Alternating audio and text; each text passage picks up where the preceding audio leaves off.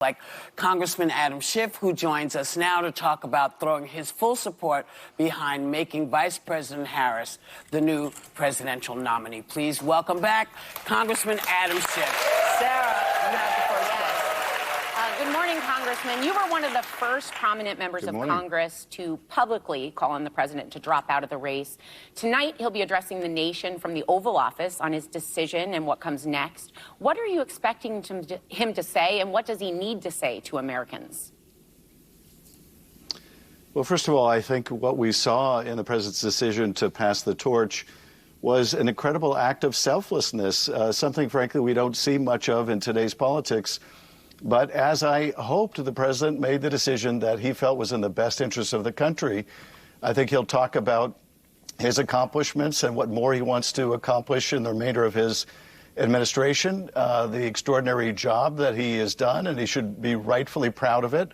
But also that he felt it was time to pass the torch to his vice president, how much confidence he has in her, what an extraordinary job she has done as vice president. And I think you see in the incredible excitement and enthusiasm, the extraordinary outpouring of grassroots support, just how the country has embraced this change. And I think the president will reflect on the historic nature of that change and how grateful he is for the opportunity he's had to serve the country and the work yet to be done. Congressman, it's Alyssa Farah-Griffin. I wanted to ask you, for months there had been polls showing Joe Biden lacking on the campaign trail, concerns over his age with voters, and the campaign and White House are being criticized by some for not being transparent enough with the public. How do they have work to do to make up concerns over transparency with the public? I think we had confidence in the president's ability to do the job. He's been an incredible president. He's done more in one term than most presidents ever accomplish. I think the questions that were raised after the debate, because of the debate, were whether he could win the job for another term. And I think the president reflected on that and came to the conclusion that we would have a better chance of protecting our democracy, of protecting the extraordinary legacy that he has built by turning to his vice president. And so I think it was the right decision. But look, I'm sure it was enormously difficult for him. It was enormously difficult for me and for many in the party, because we have not only such respect for him, but for affection and admiration. But it was the right decision. And I think we've seen already how people have responded to that decision, not with derision, not with saying it should have been done before, but rather, what an extraordinary act of statesmanship. Congressman, I don't mean to harp on this, but when you look at how the events unfolded, one by one, Democratic leaders came out and called for the president to step aside. You had leaders like Nancy Pelosi, Chuck Schumer, yourself, who's such an esteemed member of the House. Many believe that it was a coordinated effort to publicly pressure the president to bow out instead of doing it behind the scene. My question to you is, was there that sort of coordinated effort, and do you think the president deserved better given his lifetime of public service? I can't speak to the private efforts that either Speaker Pelosi or Chuck Schumer or Hakeem Jeffries were undertaking, because I really wasn't part of those internal discussions. So I don't know what they were conveying to the president, except that they were conveying the feedback that they got from members of the House and Senate. I can only speak for myself. I wasn't part of a coordinated effort. I really resisted wanting to say what I ultimately felt I needed to, but having worked on the January 6th committee, having worked on an impeachment of the former president, having the grave concerns that I have, that if we go back to the disastrous presidency of Donald Trump, it could be the end of our democracy as we know it. I felt compelled to speak out, but I can tell you only for myself, it wasn't part of a coordinated effort, but rather a reluctant decision to say what I think many Americans were thinking, and that is we really need someone who can prosecute the case vigorously against Donald Trump to protect our country from the likes of Donald Trump. Okay, well, so that ship has sailed. Let's move on from that and talk about who the vice president might pick as a running mate. Now, names are being tossed around are Democratic governors mostly, like Andy Beshear of Kentucky, Josh Shapiro of Pennsylvania, Senator Mark Kelly of Arizona, the astronaut, remember him? How important is it that Kamala Harris chooses somebody from a swing state? Is there anyone that you're throwing your weight around behind? Sorry. There's no one that I've gotten involved in advocating for. I think those are all really terrific choices. And look, as the vice president, Kamala Harris knows more than anyone what is necessary, what skills and qualities in a vice president, not just to become, the president of the United States and get through the election, but most important to actually fulfill the functions of vice president. So I'm very confident she's going to pick the right person in terms of doing the job, in terms of getting the job. And I think all the people you mentioned and probably others would do an extraordinary job as her running mate. They would all do a great job. But, I'm old enough to remember Lyndon Johnson being picked for John Kennedy's vice president. There was no love for LBJ. He picked him because he could get Texas out of it.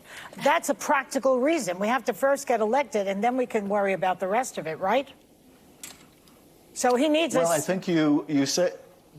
Go ahead. Yeah, I think you decide, okay, these people could all do the job of vice president well. Now, among these this set of potential running mates, who's going to help me win? Because at the end of the day, it's all about winning. If you can't win, you can't govern. Right. So that has to be an enormous priority. Okay. Well, we have more with Congressman Adam Schiff when we come back.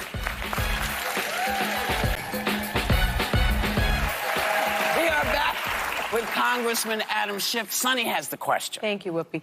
Well, Congressman, Republicans are in full attack mode against the vice president. Tennessee Congressman Tim Burchett called her a DEI hire. And on Monday, J.D. Vance claimed that Kamala was not grateful for this country. Really trafficking in racial tropes, right? Black people should be grateful for being here.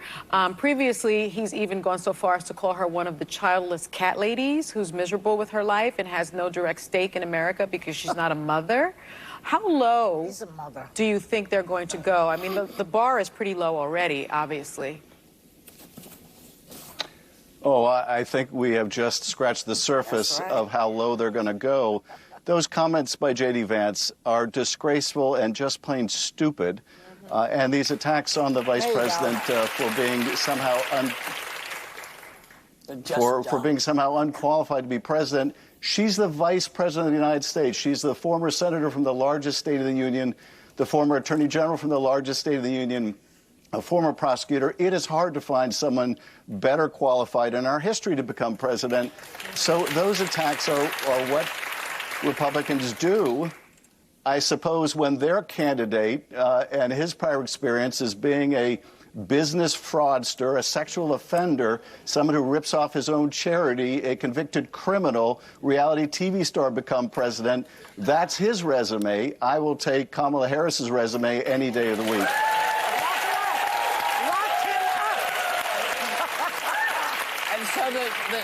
So this is my question. What can we as citizens do to ensure the vice president gets where she needs to get to in November? What can we do personally, as opposed to just saying, this is great, this is great? What can we do? I think the biggest hurdle that we face is all of these hurdles that have been placed in the way of people voting. The Republican business model for decades, and most particularly during this last decade, has been to disenfranchise voters by purging voter rolls, by shutting down polling places, by making it harder and harder for people to cast their ballot. There are lots of great volunteer efforts going on to not only register people to vote, but make sure that they can get to the polls and that if they've been purged from the voter rolls, they have a chance to restore their voter registration. So I think some of those are some of the most important efforts. And we also need to really work to turn young people out. And one of the reasons why I'm so excited about the vice president's campaign is this race may very well be decided in one of two ways: young people voting or young people not voting. If young people vote, Kamala Harris becomes our next president. And now to see this outpouring of enthusiasm about young people is so exciting. So removing those barriers to voting, making sure that young people understand the significance of this election, and fighting these racist, misogynist attacks on the vice president, I think this is how we ensure America continues to move in the right direction.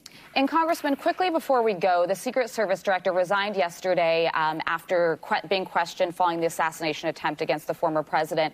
What more accountability needs to come from U.S. Secret Service for the failures that allowed that to happen? Well, first of all, it's a good thing that she resigned. The cascading set of failures that led to that assassination attempt really required responsibility be taken at the top. But it also, I think, is going to require much greater transparency about how the Secret Service operates, what their relationship is with local law enforcement, any leadership and organizational structural problems. There's also legislation being contemplated to require Senate confirmation that I think is very worthy of consideration. But there are going to be independent reviews of everything that went wrong that will guide the reform effort.